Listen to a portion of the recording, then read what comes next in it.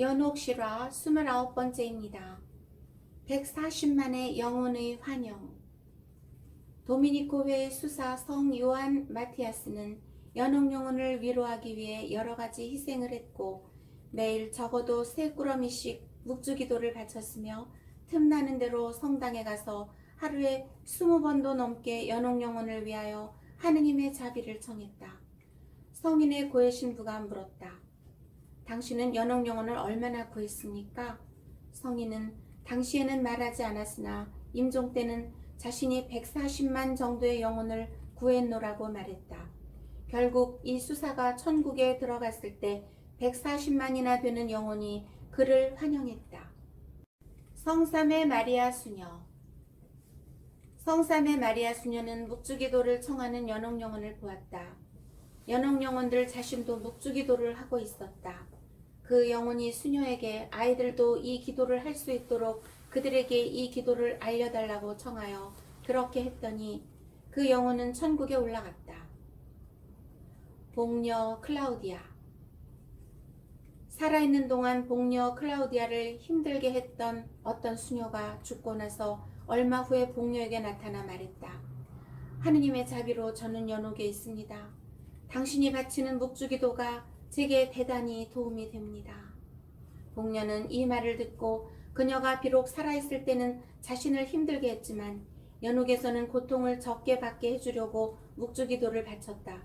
그리고 다른 수녀들에게도 그녀를 위해 기도해달라고 청했다. 성녀 베네딕타.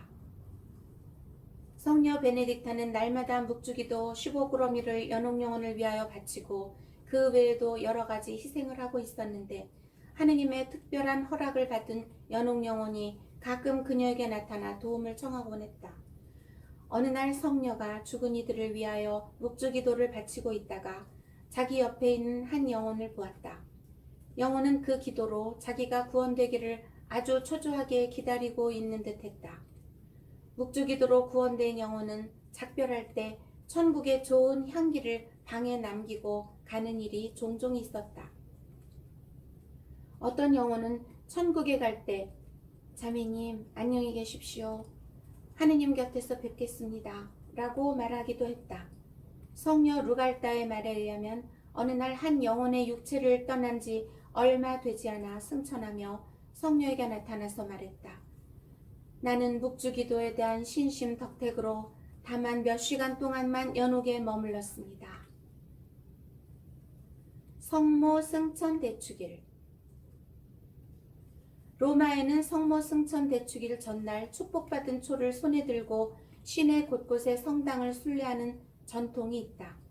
어느 해 신앙이 깊은 한 부인이 로마의 산타 마리아인 아라체칠리 성당에 들어가 무릎을 꿇고 기도하고 있었다. 그런데 선화자리 앞쪽에 1년 전에 죽은 한 부인이 앉아 있는 것을 보고 깜짝 놀랐다. 옆에 가서 이야기를 하고 싶었으나 신자들로 몹시 붐벼서 가까이 갈 수 없었다. 기도를 마치고 성당 입구에서 기다리고 있으니 그 부인을 만날 수 있었다. 부인은 1년 전 죽었던 부인의 손을 잡으면서 말했다. 혹시 마로지아 대모님 아니세요? 맞아요. 유년에 돌아가신 분이 이렇게 살아계시니 어찌 된 일이에요? 돌아가신 것 아니셨나요? 이 세상을 떠난 게 맞아요. 처녀 시절의 허영심, 음담, 좋지 못한 애정, 한마디 말로 해서 그 시절에 범한 모든 죄를 보속하기 위하여 지금까지 무서운 불 속에서 고통을 받았지요. 이런 죄들은 전부 살아있을 때 고백했지만 죄는 사해져도 잔벌은 남아있습니다. 그것을 연옥에서 보속하고 있었는데 오늘 성모 승천 대축일을 맞아 성모님께서 성자 예수 그리스도의 허락을 얻어 나를 천국으로 들려주셨어요. 제 말이 진심이라는 증거로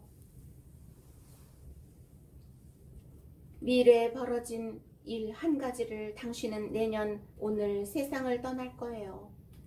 만일 그날이 지나서도 당신이 살아있다면 내가 당신을 속였다고 생각해도 좋아요. 이 말을 남기고서 부인의 영혼은 사라졌다. 부인은 하느님께서 알려주신 것으로 생각하고 그때부터 이 세상의 헛된 일을 피하고 옷 속에 고행대를 차고서 검소한 옷을 입고 수도자와도 같은 생활을 하기 시작했다. 그리고 고해성사도 자주 보고 영성체도 자주 했다. 이듬해 8월 14일 이 부인은 갑자기 병이 났다.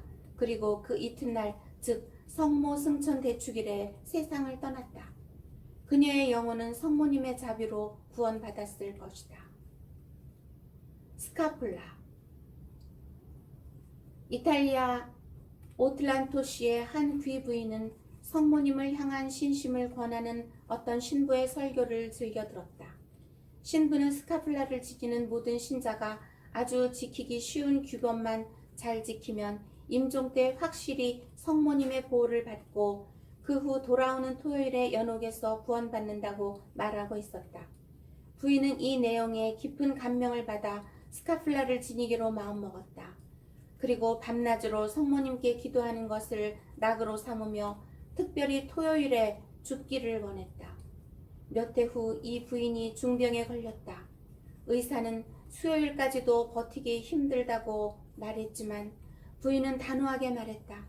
저는 토요일에 죽을 거예요. 그렇게 고통을 바치며 자신의 영혼을 온전히 하느님의 뜻에 맡기고 토요일에 세상을 떠났다. 딸은 몹시 슬퍼하며 어머니의 영혼을 위하여 기도하려고 성당에 갔다. 딸이 성당에 도착하자 그곳에 있던 이름 높은 성인이 그녀에게 말했다. 눈물을 거두시오. 당신의 괴로움을 큰 기쁨으로 바꾸시오. 어머니는 이 세상을 떠났습니다. 그러나 당신은 천국의 한 사람의 보호자를 얻었습니다. 오늘 토요일에 성모님의 자비로 당신 어머니는 연옥에서 구원되어 천국에 있습니다.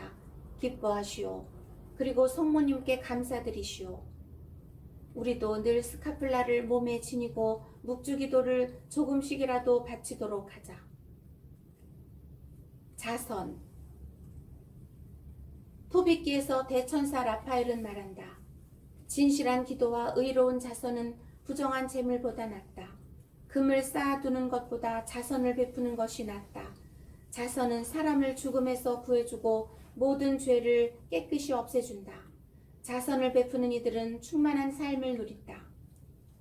토빗 12장 8절에서 9절. 밀라노의 주교 성 암브로시오는 사랑하는 아들을 잃은 이에게 말했다. 진실로 당신의 아들을 위하는 아주 쉬운 방법이 있어. 아들이 당신에게 물려받기로 되어 있었던 재산을 가난한 이에게 베풀어 영복을 얻게 하시오.